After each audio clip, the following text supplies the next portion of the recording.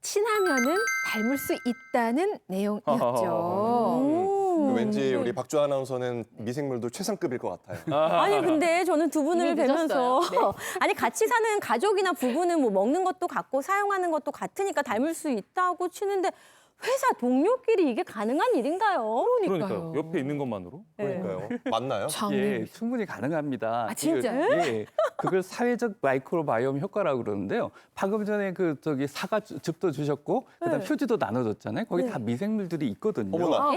사실은 우리 사무실 안에 같이 생활하다 보면은 커피도 같이 마시고 그다음 티타임도 하고 그다음에 여러 가지 회식도 같이 하다 보면은 비슷한 음식을 먹게 되고요. 근데 세균이 그냥 그런 음식만 먹어서 되는 게 아니라 그 세균들이 살 수 있는 환경이 똑같아지는 거죠. 네. 두 분 다 아침 방송하신다고 아침 일찍 나오셔야 되고 거기다가 또 자연스럽게 서로 미생물 교류가 일어나면서 그러면서 아침에 또 잠도 제대로 못 자고 오시고 그러니까 이 장내 환경마저도 똑같아지는 환경이 되다 보니까 미생물이 서로 비슷하게 자랄 수밖에 없는 환경이 돼버리는 거죠. 가까이 있긴 하지만 네. 그렇다고 미생물을 교류하진 않았는데 이게 또 어쩌다 이렇게 되는군요. 어쩌다 미생물이 충격이에요, 그렇게 저는. 교류가 되었을까? 그래서 옛날부터 네. 친구 잘 사귀어야 된다고 말씀을 하신 게 이게 그럼. 가까이 붙어 다니면은 뭐 우정도 쌓이지만 이렇게 장내 미생물까지 공유를 하는 거군요. 네, 맞습니다. 말씀하신 것처럼 친밀한 관계일수록 이 장내 미생물의 유사성이 더 높다고 알려져 있습니다. 실제 온두라스의 18개 아주 고립된 마을에 있는 1,787명의 성인을 대상으로 해봤는데 유난히 다른 사람이랑 좀 친한 사람이 다른 주민들과 장내 미생물의 유사성이 더 높다라고 되어 있고요. 또 하나 이제 60년 정도 지속됐던 위스콘신 연구 결과에서도 보시는 것처럼 그 부부일수록 형제보다는 훨씬 더 장내 미생물이 더 유사하다고 알려져 있는데 그 이유가 형제는 사실은 유전자만 같지만 생활 환경이 좀 다르게 되는데 부부는 음식뿐만 아니라 오 교수님 말씀 주신 것처럼 여러 가지 생활 습관이 비슷하다 보니 아무래도 장내 미생물이 더 비슷하지 않을까라고 이렇게 잘 알려져 있습니다. 그래서 심지어는 우리 반려동물들 많이 키우시는데요. 네. 재미있는 연구 결과 중에 하나가 반려동물이랑 오. 그 같이 사는 반려동물의 주인이라 그러나요? 같이 사는 식구들도 네. 또 비슷하다고 돼 있기 때문에 진짜요? 네, 그래서 이게 반드시 음식뿐만 아니라 관계의 어떤 친밀성, 즉 사회성도 이 장내 미생물의 유사성과 아주 밀접하게 연관되어 있다고 하니 굉장히 흥미롭고 또 재미있는 연구 결과인 것 같습니다. 네. 이거 굉장히 중요한 내용입니다. 왜냐면 우리가 장 건강 방송할 때 늘 말씀드리는 게 있어요. 우리 몸의 제2의 뇌는 어디다? 장. 네. 그리고 우리 몸의 면역력의 대부분을 장이 네. 관장하는데 70%가 장내 미생물에 달려 있다. 이런 얘기 배웠거든요. 네. 굉장히 중요한 내용 맞죠? 예, 굉장히 중요한 네. 내용 맞습니다. 화면을 보면 말씀을 드리면요. 우리 몸에 이제 이렇게 음식을 먹다 보면은 음식을 통해서 여러 가지 세균이 반드시 묻어서 들어오게 돼 있습니다. 그 들어오고 나면은 저기 여러 가지 박테리아가 있는데 저 박테리아를 막으려고 그러면 몸에 다양한 면역 세포가 작동을 해야 됩니다. 근데 놀랍게도 우리 몸 안에 있는 면역 세포의 70%가 장에 몰려 있습니다. 그래서 그 면역 반응을 일으켜서 그 대장과 소장에 분포하고 있으면서 음식이 들어와서 여러 가지 작용을 하게 하는데 이때 나쁜 세포가 들어오면은 나쁜 세균이 들어오면 안 되겠죠. 그걸 막아주는 그런 면역 효과가 아주 중요하고 저런 미생물들을 잘 이렇게 반응을 해서 몸 안에 면역 반응도 일으키고 해독 능력도 늘리고 그 다음에 장내 세균이 여러 가지 뇌나 이런 건강에 유지하는 데 중요하기 때문에 그런 역할들을 많이 하게 돼 있죠. 근데 정말 장 안 좋은 분들도 많고 막 여러 가지 좀 걱정이 많으실 것 같은데요. 윤수영 교수님, 건강해지려면 어떻게 될까요? 네, 건강해지려고 건강식 챙겨 드시잖아요. 예를 들어 브로콜리, 콩, 아마씨, 귀리 이런 것들 챙겨 드시는데 장내 미생균이 없다고 하면 이런 걸 먹는 게 그 의미가 없을 수도 있습니다. 그래요? 어머. 예를 들어 콩을 예를 들어 보면 콩에는 좋은 성분 이소플라본이라는 성분이 있는데 아이고. 이걸 그냥 우리 몸에서는 흡수를 시킬 수가 없어요. 흡수를 시킬 수 있는, 그러니까 소화를 시킬 수 있는 효소가 없습니다. 장내 미생균이 이거를 분해시키고 활성화시켜서 흡수할 수 있는 상태로 만들어야지만 우리가 몸으로 흡수할 수 있는 거고요. 마찬가지로 브로콜리에 좋은 항암 성분 들어있는데 이거 장내 미생균이 없으면 흡수하기 어렵고 또 그 귀리라든가 아니면 안마시, 참깨 이런 데는 리그난이라는 좋은 여성 호르몬을 보충해 줄 수 있는 성분이 있는데 이것도 마찬가지로 장내 미생균이 없으면 흡수하기가 어렵습니다. 이렇게 우리가 먹고 마시고 또 대사하는 과정에 장내 미생균이 굉장히 중요한 역할을 합니다. 아, 그렇군요. 근데 요즘 사실 장 안 좋은 분들 정말 많잖아요. 네. 뭐 저만 해도 그렇고 제 남편도 진짜 장이 안 좋은데 내 건강뿐 아니라 가족과 이웃의 건강을 위해서라도 장내 미생물을 좀 잘 관리해야 될 것 같은데 눈에 보이지도 않고 이걸 어떻게 키워요? 장내 미생물을? 네, 가까운 가족을 위해서라도 나의 장내 미생물을 건강하게 만드는 게 네. 너무너무 중요할 것 같습니다. 실제로 우리 장내에는 유익균과 유해균이 있게 되는데요. 유익균 자체를 많이 키워야 유해균의 역할을 좀 최소화할 수 있기 때문에 유익균을 키우는 것이 너무너무 중요합니다. 즉 먹거리를 어떻게 먹느냐에 따라서 유익균을 좀 키우고 활성화시키는 게 너무너무 중요한데요.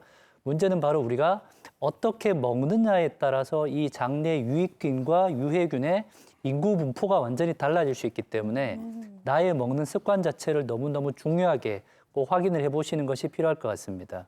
네, 이재성 아나운서한테 좀 부탁할 게 좀 있어요. 내가 좀 시간이 없어가지고 내 장내 미생물을 지금 이렇게 뭐 잘 기를 시간이 없어서 그런데 나 대신 좀 잘 키워가지고 네. 나한테 좀 영향을 좀 주면 좋겠다는 생각을 하면서 근데 저에게 이런 걸 주신 거예요? 지금? 아니 그래서 추천할 만한 식품을 이렇게 준비를 해왔다니까요. 아, 여기 있군요. 주로 이제 이거 꼭 먹어야 돼요. 앞으로 요거 이제 먹고, 주의해서 먹으면 되는 그리고 거죠? 나한테 휴지도 빌려주고 막 네, 그래야 돼요. 알겠습니다. 잘 배양해 보겠습니다. 네, 어떤 식품들 알려주세요. 추천할 수 있을지 열어보도록 하겠습니다. 짠! 요즘 양파값 떨어져서 걱정했는데 양파 많이 드시면 좋겠네요. 양파, 그리고 이거 돼지 감자예요. 그리고 우엉, 팥뿌리. 오. 이거 팥뿌리, 우엉, 이게 와. 돼지 감자 이제 말려서 하나같이 손 많이 가는 걸로 저에게 추천을 또 해주셨네요. 네, 이정현 교수님. 네, 사실은 뭐 장내 미생물이 좋은 음식이 많이 있습니다만 오늘은 좀 특별하게 4가지 음식을 말씀드렸습니다. 말씀드린 것처럼 우리가 장내 유익균들은 좋아하는 먹이가 바로 탄수화물입니다.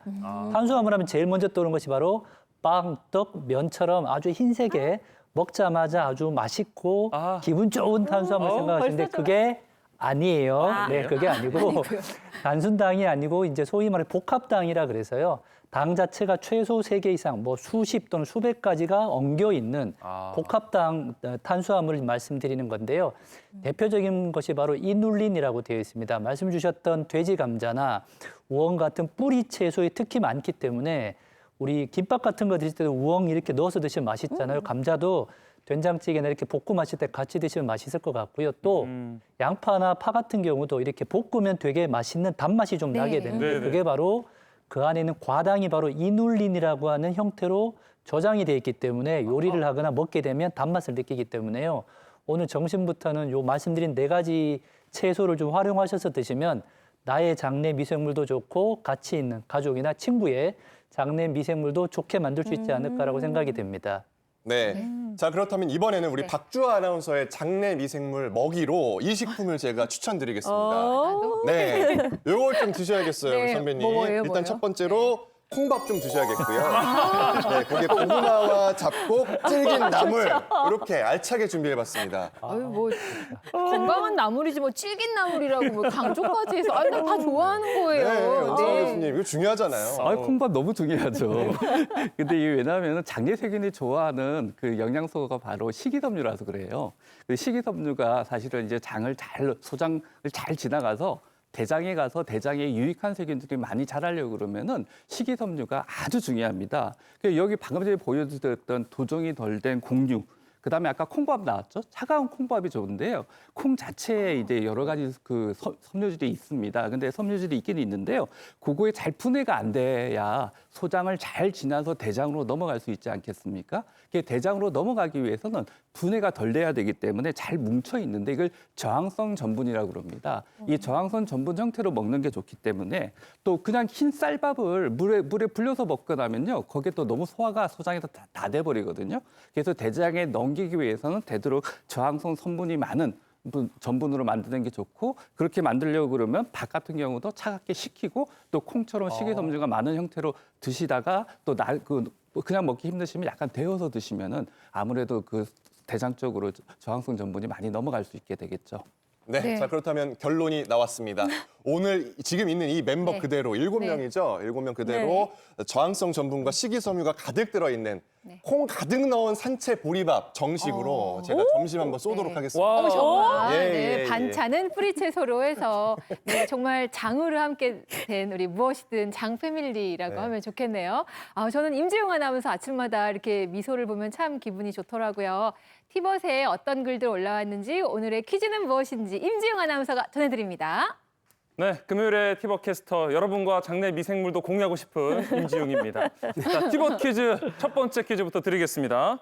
자, 장내 미생물을 파괴하는 약이 있다고 합니다. 자, 첫 번째 1번은 소화제, 2번 항생제, 3번 해열제인데요. 이 중에서 장내 미생물을 파괴하는 약을 골라주시면 되고요. 2번 장기 복용 시 항콜린제 성분 때문에 인지 저하를 주의해야 하는 약은 1번 근육이완제, 2번 요실금약, 3번 고지혈증약.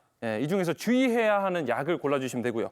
3번 L자다리 운동을 할 때 주의해야 할 질환이 아닌 것을 골라주시면 되는데요. 1번 녹내장, 2번 신부전, 3번 족저근막염입니다. 오늘 방송 보시면 또 정답 쉽게 맞힐 수 있거든요. 여러분 끝까지 보시면서 많은 참여 부탁드리겠습니다. 네, 다음 뉴스 보도록 하겠습니다. 중년 이후 여성들 좀 충격적이었었죠. 내용 볼게요. 주세요. 요실금 약에 관한 내용이었습니다. 중년 여성들이 많이 먹는 요실금 약 오래 먹으면 치매 온다라고 하는데 이 요실금이 사실은 대표적인 노화 질환 중에 하나거든요. 약 드시는 분들 꽤 되실 것 같은데요. 네, 오해가 있으실까 봐요. 네. 요실금이 치매를 일으키지는 않습니다. 네. 근데 요실금을 치료하기 위해서 쓰는 약이 그 방광의 기능을 좋게 하는 약인데요. 그게 네. 항콜린 성분이 주작용을 하게 돼 있습니다. 그 항콜린 성분이 뇌에 가서 여러 가지 생각을 하고 기억을 하거나 이런 기능들을 억제하게 되죠. 왜냐하면 그 콜린 성분이 그런 작용을 하는데 그걸 억제해 버리니까요. 그래서 이 약 자체를 드실 때 혹시나 이런 증상이 있을 때는 미리 이런 위험이 있다는 걸 알고 계시고 증상이 있으면 한번 체크해 보셔야 됩니다. 그래서 이게 방광 수축도 여러 가지 도와주는 역할도 같이 하기 때문에 반드시 금방 끊으시면 안 되고 이런 효과가 같이 있다는 걸 알고 계시고 그런 부작용이 있다는 것도 알고 계실 필요가 있습니다. 네, 이 성분은 다른 약에도 많이 들어있지 않나요, 윤 교수님? 네, 이 항콜린제 성분이 요실금 약에만 들어있는 건 아니거든요.